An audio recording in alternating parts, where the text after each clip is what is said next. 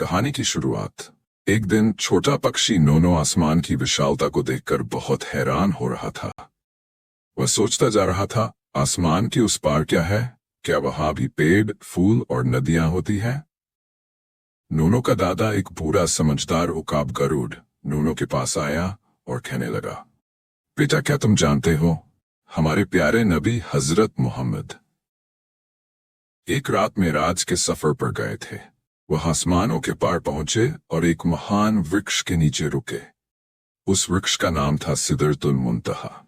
नोनो हैरानी से बोला, दादा, वह पेड़ कैसा था और वहां क्या था?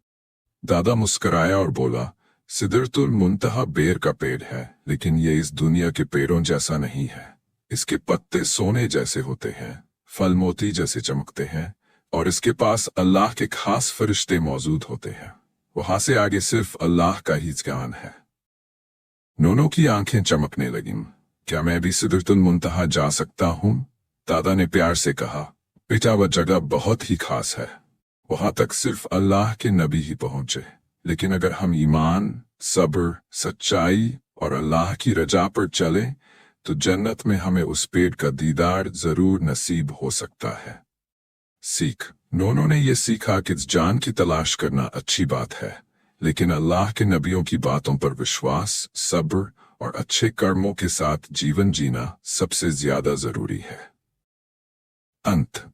नोनो ने आसमान की ओर देखा, दिल से शुक्रिया अदा किया और कहा, या अल्लाह, मुझे वो रास्ता दिखा जो सिदरतुल मुंतहा तक ले जाए और मुझे तेरे करीब कर दे।